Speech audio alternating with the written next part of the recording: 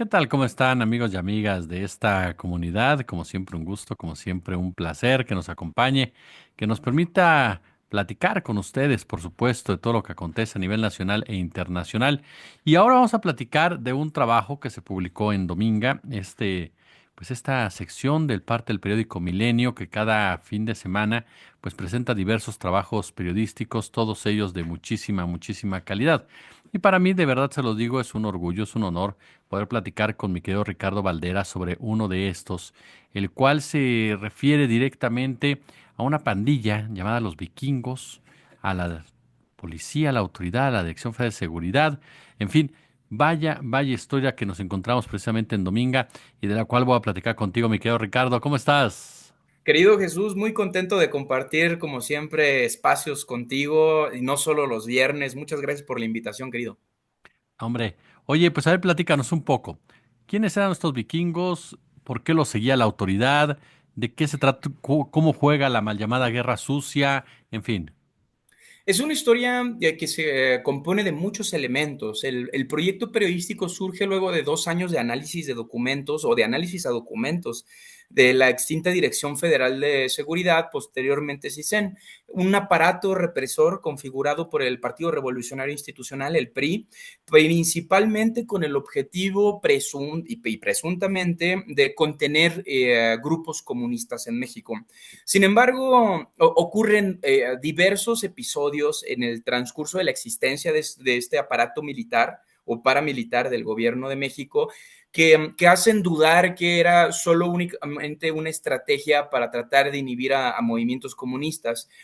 Más bien parecía un aparato simplemente represor a cualquier persona que pudiera pensar distinto del gobierno. Recordemos a la audiencia que públicamente este aparato militar nunca se presentó a sí mismo como lo que era, un agente policíaco que desaparecía, violentaba derechos humanos, asesinaba y torturaba pues cualquier opositor político. Aquí es en donde aparece la historia de los vikingos de San Andrés.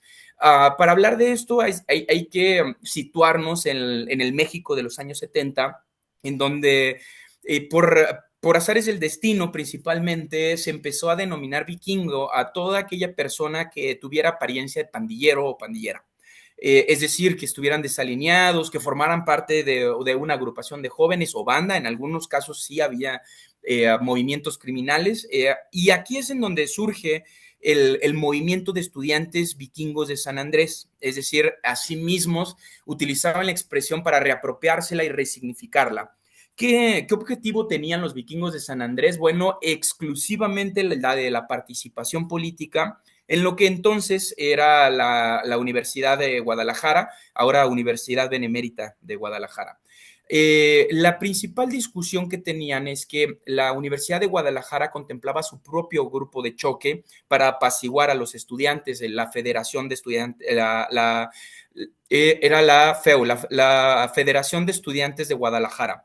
Esta federación se ocupaba principalmente de expulsar a estudiantes que venían del interior a la capital, es decir, a Guadalajara. El único objetivo era que la gente de La Barca, de Mascota, de Teuchitlán, de cualquier municipio que no fuera el área metropolitana, no tuviera participación política dentro de los procesos de la universidad. Esto era relevante, dado que acababa de ocurrir el 68, aquella fatídica tragedia mexicana en donde el aparato de Estado, principalmente militares, denominados el Comando Olimpia, asesinan, acribillan estudiantes en la Plaza de las Tres Culturas en Tlatelolco. Mucho se especulaba al respecto del por qué la Universidad de Guadalajara había sido el único centro universitario en el país que no había apoyado al movimiento del 68. Y aquí es en donde derivan un montón de explicaciones sociológicas del fenómeno. En primer lugar, Jalisco tenía un movimiento estudiantil que no estaba centralizado en el movimiento del 68. ¿Por qué? Porque la primera dama era nada más y nada menos que la hija del fundador de la Universidad de Guadalajara, Marta Esther de Zuno. Este matrimonio se contrajo incluso cuando Luis Echeverría era secretario general de gobierno para lo que ahora conocemos como la Changa Díaz Ordaz, aquel apodo que le puso la oposición al expresidente de México. Bueno, esta es una de las explicaciones que dan del por qué los estudiantes, debido a que la FEG oprimía opiniones contrarias al gobierno, auspiciadas principalmente por el fundador José Guadalupe Zuno, bueno, pues no apoyó al movimiento del 68 a pesar de la tragedia.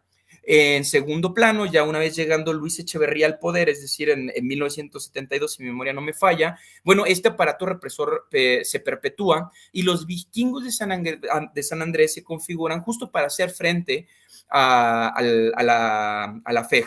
Es decir, la FER, una agrupación de jóvenes estudiantes, todos adscritos a la Universidad de Guadalajara, lo que pedían era tener voz y voto en lo que ahora conocemos como el Consejo General Universitario.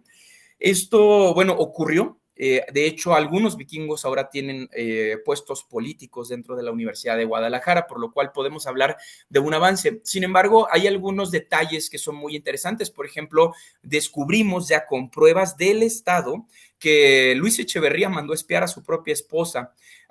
Le intervienen las telecomunicaciones o las comunicaciones, en ese entonces el correo, y en donde se da cuenta que un ingeniero acaudalado de Morelos le pide ayuda a María Esther, asegurando que tiene información respecto a las personas que habían secuestrado a José Guadalupe Zuno, el fundador de la Universidad de Guadalajara.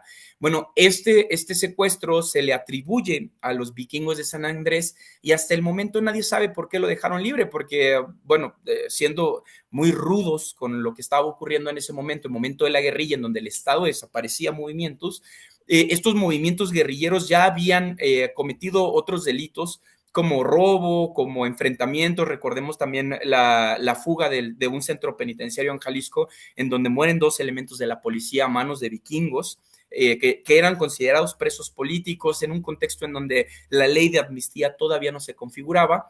Y bueno, en ese contexto es que los vikingos resultan un movimiento importante que hace frente a la política represora, no solo de la Universidad de Guadalajara, sino del Partido de Estado. Muchos de ellos incluso fueron, digamos, las bases de la configuración de movimientos muy importantes para México, como la Liga Comunista 23 de septiembre, como las Juventudes Socialistas, como el Partido Comunista Mexicano, o como las Juventudes Juaristas, ya con un tinte más masón.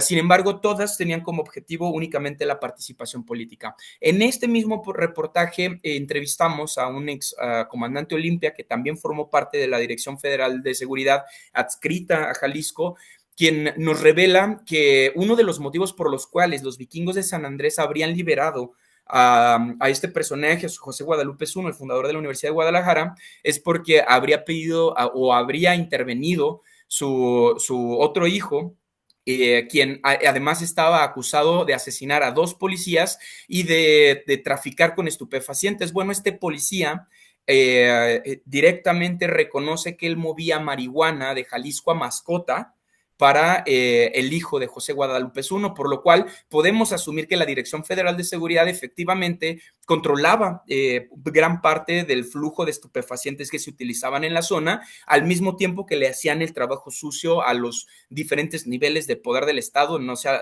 llámese Universidad de Guadalajara, Gobierno del Estado de Jalisco, Gobierno Federal, querido Jesús.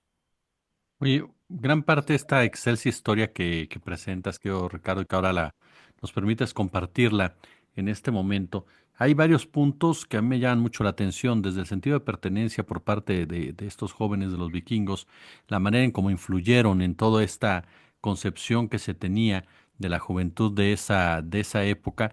Y hay una frase que me parece la dice uno de tus entrevistados, o no sé si tú eres el que la maneja, que la guerrilla era mucho más, ¿no? Que simplemente es un grupo de movimientos o una fobia a ciertos movimientos.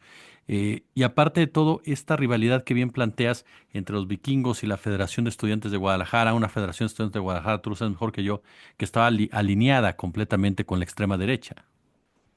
Sí, bueno, es que es muy complejo y siempre este tipo de fenómenos son multifactoriales. Lo que se pretende con este reportaje es abrir un poco el camino a la discusión. Los grupos estudiantiles en Jalisco se organizaron. Jalisco siempre ha tenido, digamos, gobiernos muy represores y esto no ha cambiado, digamos, a Enrique Alfaro y a su sucesor, ¿no? Pero la teoría marxista lo explica: mayor represión, mayor rebeldía. La identidad de los jóvenes en primer nivel surge de que, bueno, todos eran del interior del estado, es decir, de comunidades muy ruralizadas, estamos hablando de los años 70, no tenían hospitales, no tenían escuelas, no tenían algunas tuberías, no había acceso a las carreteras como las conocemos al día de hoy. Y es por eso que, digamos, en algunos espacios convergen todo este proceso de migración por tener acceso a los estudios, porque recordemos que las secundarias en ese entonces, digamos, ingresaba casi cualquier persona de cualquier edad, porque lo que necesitaba el Estado era regularizar para servir a la industria. Y entonces ahí surgen dos hipótesis. Estos grupos que eran paramilitares del gobierno federal surgen con el objetivo de abrir espacio para la gran industria. De ahí es una de las explicaciones que se puede dar, por ejemplo, cuando hablamos con Rubén Martín, un querido periodista y muy prestigioso académico de Jalisco, a quien yo admiro mucho. Me comentaba esto. Bueno, una de las hipótesis es que Jalisco se encontraba en plena apertura al gran comercio o al Tratado de Libre Comercio, por lo cual debían de garantizar que esta industria tuviera acceso a lo que hoy conocemos como el gigante agroalimentario, por ejemplo, ¿no?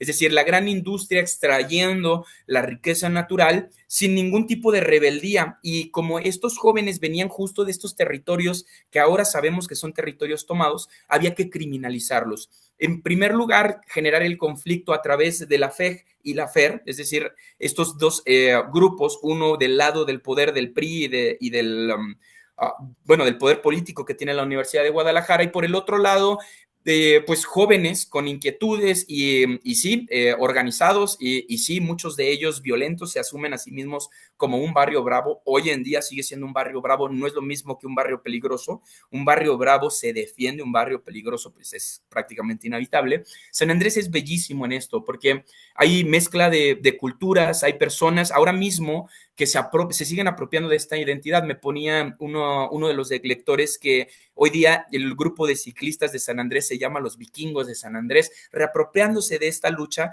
que tardó muchos años en ver frutos como los que vemos ahora, ¿no? La Universidad de Guadalajara es distinta, hay más pluralidad, hay voces críticas dentro de la Universidad de Guadalajara, y esto es gracias a esta lucha. Y entonces, la configuración del conflicto fue a través de la Federación de Estudiantes de Guadalajara y la FER, digamos que albergaba a algunos de los vikingos, pero muchos de ellos simplemente querían que se les dejara estudiar y participar política y activamente dentro de la institución. Esto no fue así, pero mataba a dos pájaros de un tiro. Odio este dicho, pero nunca antes mejor dicho, porque de alguna manera desaparecían los movimientos rebeldes articulados en el corazón de Jalisco, mientras además eliminaba enemigos políticos que podrían ir a organizar o replicar estos actos de organización cívica en los lugares en donde los territorios estaban siendo tomados. Totalmente. Mi querido Ricardo Valderas, yo te quiero agradecer muchísimo estos minutos para nuestra comunidad y reiterarte de verdad qué gran trabajo es el que realizas, querido Ricardo. Muchísimas gracias. Querido Jesús, muchas gracias a ti, a tu auditorio, y bueno, si tienen tiempo, si son tan apasionados de la historia como yo, les recomiendo mucho este texto, Una noche de guerrilla a bordo de un Mustang rojo, publicado en Dominga de Milenio. Un abrazo, querido.